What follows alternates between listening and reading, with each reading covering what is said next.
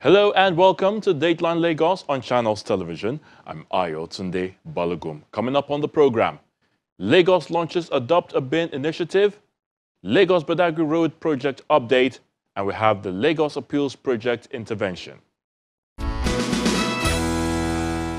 We begin the program with the unveiling of the Adopt a Bin initiative, the latest of the Lagos Waste Management Authority program, which will be kick-starting with 40,000 bins, and the state government is appealing to residents to dispose their waste properly and make the initiative achievable. Indiscriminate dumping of refuse in Lagos has over the years prompted the state government to invest in mammoth bins to keep the environment clean. In August 2021, the administration of Governor Babajide Sanwo-Olu went a step further by rolling out 102 locally assembled compactor trucks and 100 dyno bins to boost waste collection. This year, the government has introduced a two-waste bin system through its Adopt a Bin project. We need to build that consciousness on people that we can generate employment, we can generate as many capacity as possible through proper waste management.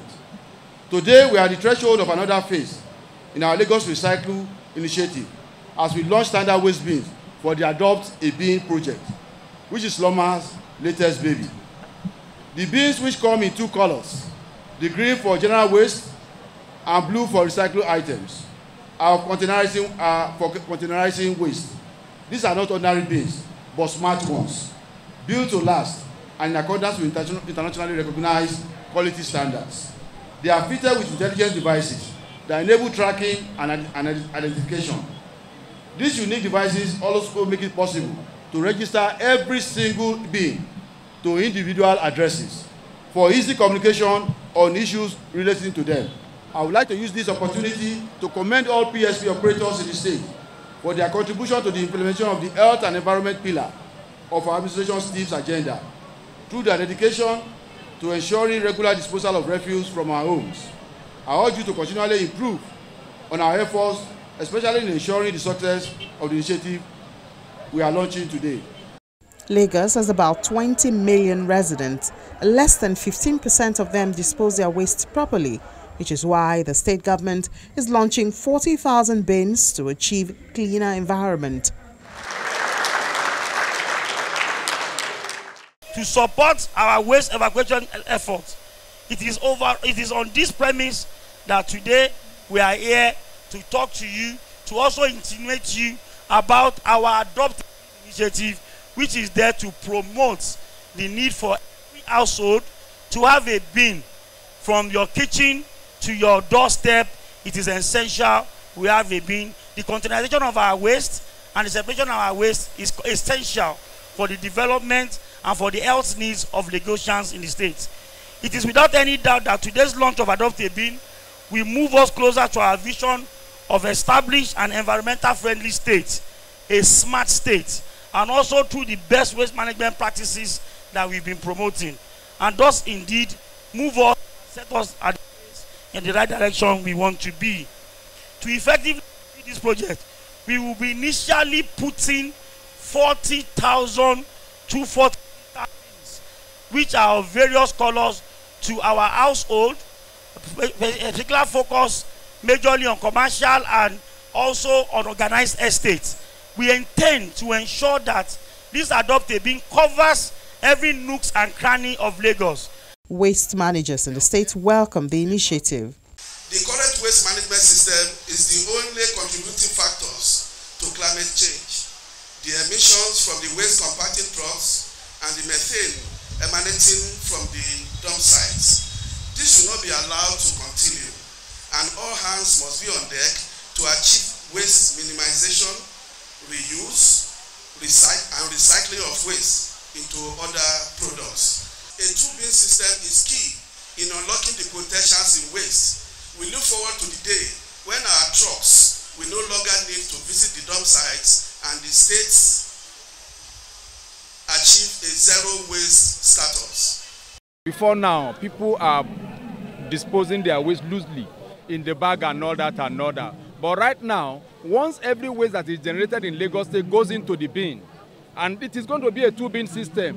One bin for the recyclables, while the other bins for the non-recyclables. And it will make collection a bit easier, a lot more easier. It will also engender and encourage, waste recycling. It will encourage sorting even from the source. And this is what we have been clamoring for, that waste should be sorted actually from the source. When you sort waste from the source, it encourages, recycling. And you can also make money out of it. And that's what people talk about, waste to wealth. It's not just waste to wealth by mouth, but there's something that you also need to do to be able to earn something from your waste. And it starts from the home, whereby the waste itself is sorted out into different waste components. Right now, Lagos State government is starting with 2-bin system, one for organic and the other one for inorganic. And then it will make the job of a PSP a lot easier. And a member of the State Assembly says achieving a clean environment is everyone's responsibility and must be taken seriously. The laws are already around empowering LOMA and the Environment Ministry basically at making sure that the people and everywhere is clean. So this kind of initiative basically, which is for everyone to adopt a bin. We all know about adoption, we all know about bins. Merging both together means making sure your community discourages indiscriminate throwing of waste. So we have the attitude. So it's basically about the attitude. We have the attitude of making sure our immediate environment is clean. So everyone should have that sense of belonging in making sure that you have your bins. So your dirt, you don't just throw it anyhow. You open your bins and you throw it in. Keep it clean and keep it close to your homes. So before you continue, the younger ones understand. And it's not just this. The initiative is not just having it in your homes, but LOMA is also taking the further step. This government is taking further steps at teaching and training our pupils and our students at school into making sure that cleanliness is just next to godliness. And that's what having your bins is about.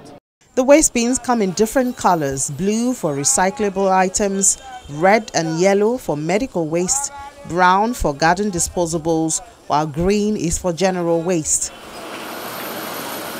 Residents have been advised to sort their waste from home and make it easier for private sector participants to dispose them and keep Lagos clean. The Lagos State government is assuring residents that the Lagos-Badagry Expressway will be delivered before the end of this year. This is coming from the state governor, Babajide Sanwo-Olu, who says the road project is about 80% done and will be commissioned by the month of June. Take a look. For over 10 years, the Lagos-Badagry Expressway has been under construction, causing some form of hardship for motorists and other road users. The intervention of Governor Babajide Sanwo-Olu since 2019 has led to the completion of some sections of the 10-lane double carriageway. Eric Moore to Mazamaza completed. Mazamaza to Trade Fair also completed. The road project also has 3 interchange bridges. Casting of Trade Fair and Alaba interchanges has been completed, while that of Yanoba is ongoing. Concrete pump discharging concrete to level the reinforcement bars for the Yanoba Bridge interchange.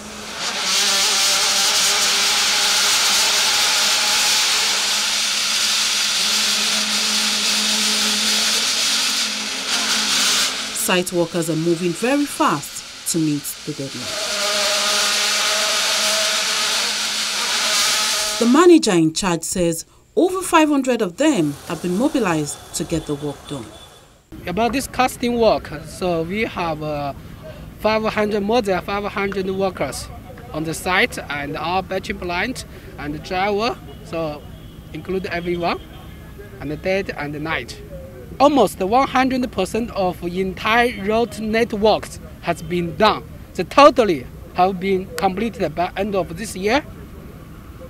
So, and the understanding of the bridge, so we are, this year we will complete this one, and the end of, I think, end of next year, so we are complete all the bridge works. It's not just the engineers that are on site. Engineering students from the University of Lagos also have the opportunity to witness field work and are excited about the experience.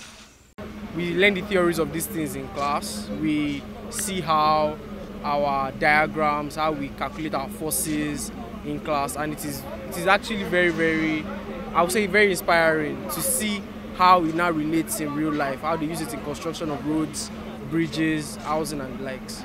This is actually going to go a long way for us because it is actually like bridging the gap between school and the real life. Because when we get to see what our the engineers before us are actually doing in the offices, whenever we get into the labor market, it is easier for us to blend in and learn concepts faster. I've always liked civil engineering. So coming into class, especially our classroom, we're like 80 students and then they're just like 7 girls. So the thing is, it has been overwhelming at first, but so far so good. It's been good.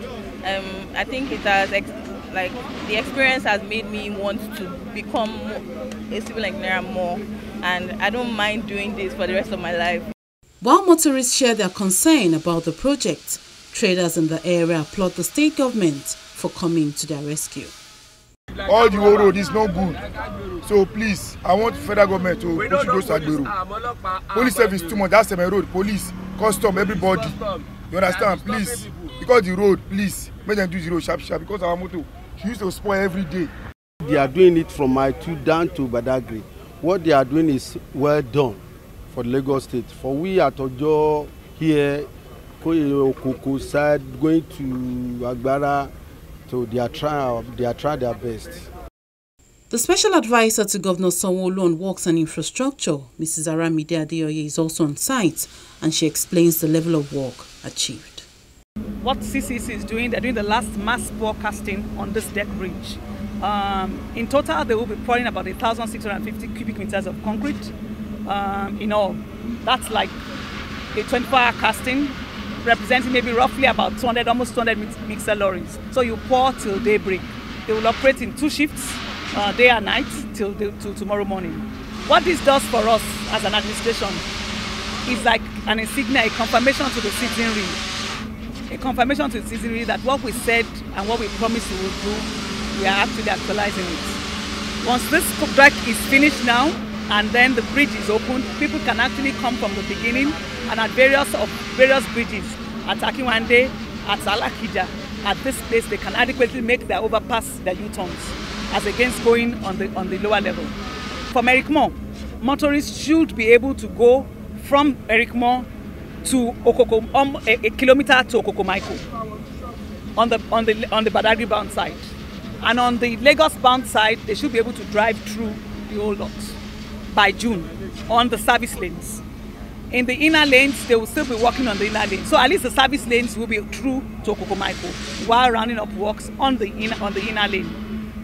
What do you have left after will be the ancillary works, like the park and ride station, maybe hospitals, the BRT bus depot, the street lighting, all of the other road furnitures, road markings that are incidental to the project. That's what you have going on. But by June, you can drive through almost to Okokomaiko, about less than a kilometer to Okokomaiko on the Badagry side. But on the Lagos side, you can drive from that Okokomaiko straight to Erikmo. So I would say on the lot 1, it's 100% completed.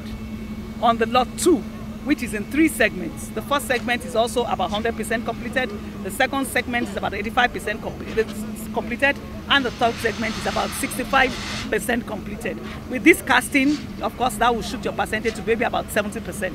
So the remaining 30% in segment 3 are those ancillary works, the road furnishes, the BRT bus depot, the hospitals that you do, which are things that could go on, but motorists can use the roadway. So we're on course. Governor Babajide Sanwo-Olu announced a completion date for the Lagos-Badagry Road project. The stretch on the Lagos-Badagry Express International Road is already receiving extensive construction, and we're believing that by the middle of this year, the road construction to Okokomaiko will have been completed. This is 22 kilometers of 10-lane highway will be completed. This road cuts across from Surulere to Ajeromi Felodun to Amuwo Dofi to Ojo local government. And we're believing that all of this will be to the benefit of our citizens. Right now, when our government took over, that road was about 40-something%.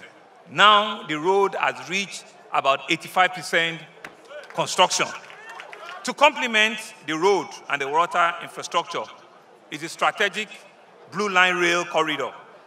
I'm sure you see it.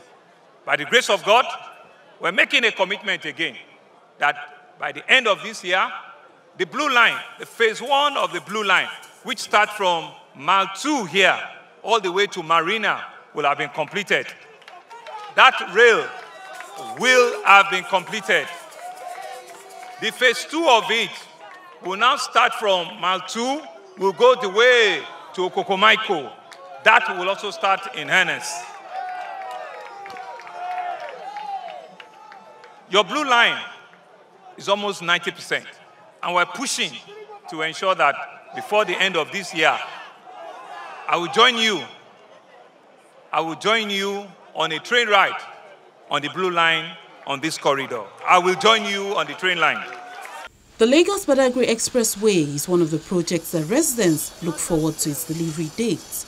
When completed, is expected to improve the travel time from Lagos to Seme border, leading to Benin Republic.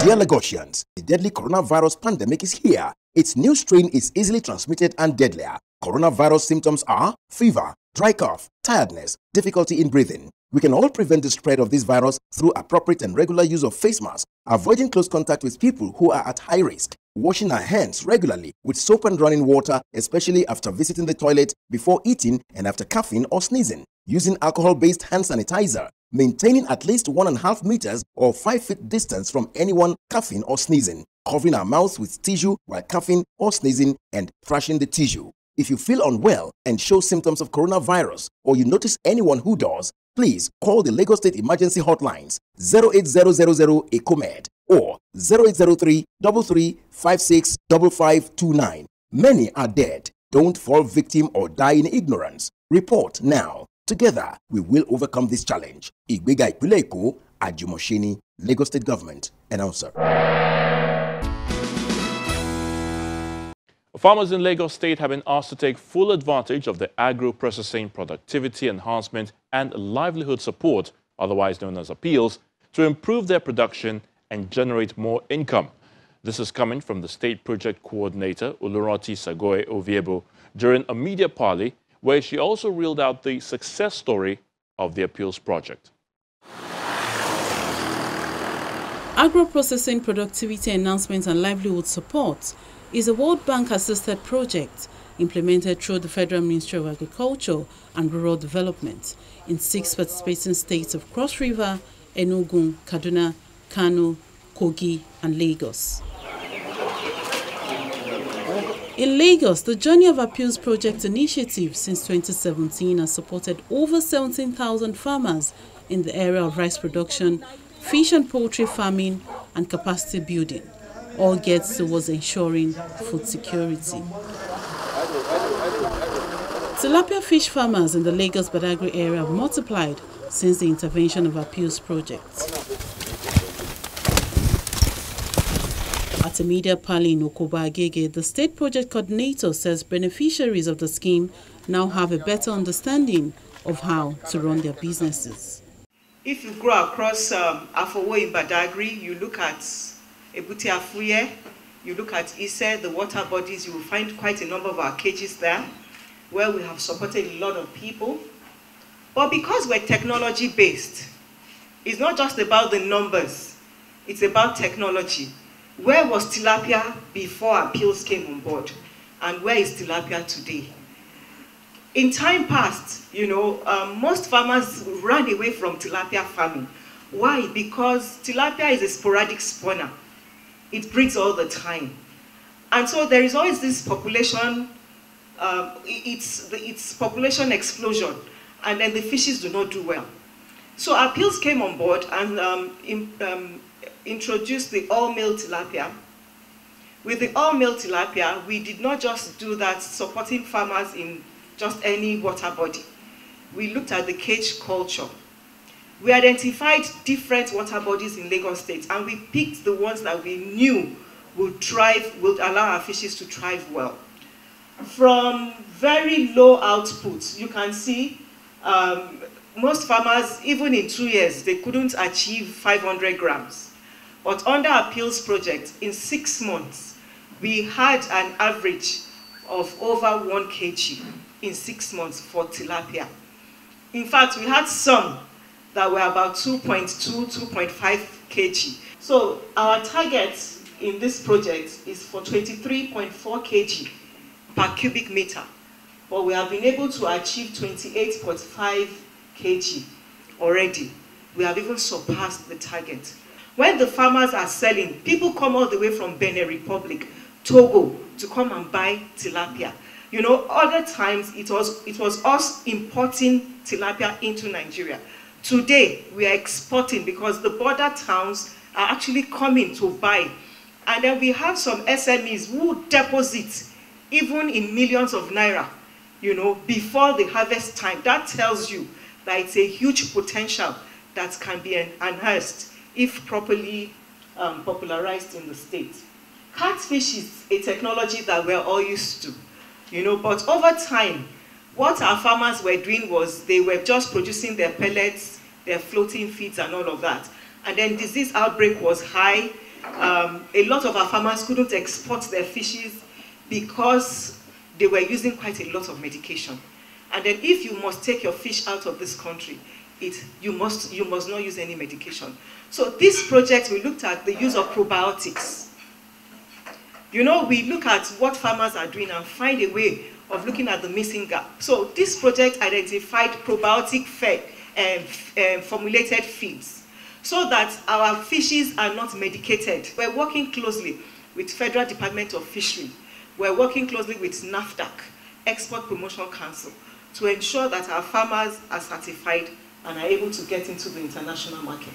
She explains that poultry farmers have been supported with special drinkers to prevent diseases. Over time, our farmers are used to using mashed feed. The project has gone ahead to support with pelletized feed. When a bird takes a pellet of feed, you are sure that every nutrient is intact. And then we're also promoting probiotics also in the poultry industry. And then we have the nipple-fitted drinkers. With the nipple-fitted drinkers, it minimizes spillage of water on the floors, and then, you know, when you have water spilling on the floor, you have molds, bacteria, and all of that. And this brings about disease outbreak. It retards the growth of your birds, and at the end of the day, it has an impact on the birds itself. In 8 months, our farmers before were barely getting 1.5 kg. But under Appeals project, with the support that we have given them, in 6 weeks, we are achieving over 2.2 kg with our own intervention. And beyond that, our farmers are now producing all year round, not just during the festive period, because they have off-takers. We went to different rice fields. We took rice from these different farmers, and we selected the one that is high yielding. Because in all of everything we're doing, the yield must be something that must be increased. And today, we have a high-yielding Ofada pure strain. And so what it simply means is that farmers can make more money. For our regular farmers, we have 3,950. Those are for the regular farmers. We have different categories. And then we have 1,786 for the women and youth. Those are direct beneficiaries. We have trained 7,533. Then we have our aggregation centers. About 1,000 farmers are going to benefit from that. Under the desilting, we have 200 farmers that have benefited from that. So if you look at it in all, we have about 17,467 already. So that tells you that we have gone past. Under aquaculture, we have been able to decrease poverty by 7.5%, under poultry 5%, under rice 10%. On an average, our beneficiaries are getting 2 million. An average. It's a startup grant. So when you say a startup grant, you are looking at from beginning to the end, to when they're able to sell. we ensure that all our beneficiaries are linked to mentors so that they don't make the same mistakes that our farmers have made. Beneficiaries of the appeals project share their experience. You must have a very good brood stock bank. For you to hatch fish, you must have a fish that is about 2 years old, that is gravid enough for you to have good seedlings. And this has been a great challenge for us in Badagry. When appeals came in, they looked into those problems, and we've been supported with water treatment tanks, brood stocks, and feeds. So when appeals came in, they trained us, they brought in experts to check on our water, and they provided us with good water treatment plants. Formerly, what we've been experiencing, you can produce, maybe we can only boast of about some thousands of fishes. But now, I can tell you, in my own farm alone, I can boast of about 2 million pieces of fish. Intervention of appeals project has brought, has been like a catalyst to further development in the estate. A lot of us have now been able to come together. We're working on our own before, but now with the intervention of appeals and seeing the success that coming together can bring, we've now formed, formidable groups. Our association is now stronger, more vibrant, and we are even on our own able to do so many things based on the trainings and the experience we've had with the appeals project, particularly in terms of broiler production. The appeals experience was very interesting and successful. They linked us with off-takers that were verified and all that. So we've taken a cue from that. And in the next 1 year, by the grace of God, Erikorodo and Ikorodu environs, will be the hub of broiler production in West Africa. The program is expected to end in 2023, with more farmers advised to take advantage of the initiative to boost their businesses. And this is where we call it today on Dateline Lagos. Thank you so much for watching. I'm Ayotunde Balogun. Until we come your way again next time, please stay safe.